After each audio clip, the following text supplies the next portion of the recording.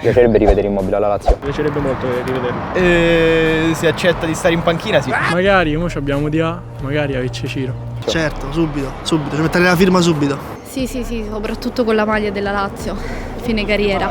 Vederlo un altro anno con la maglia della Lazio farebbe molto piacere. Assolutamente sì, torna per favore, ci servi. Al posto di Dia o di Castellanos? Dia, posto di Dia. Dia così, non Posso dire meglio.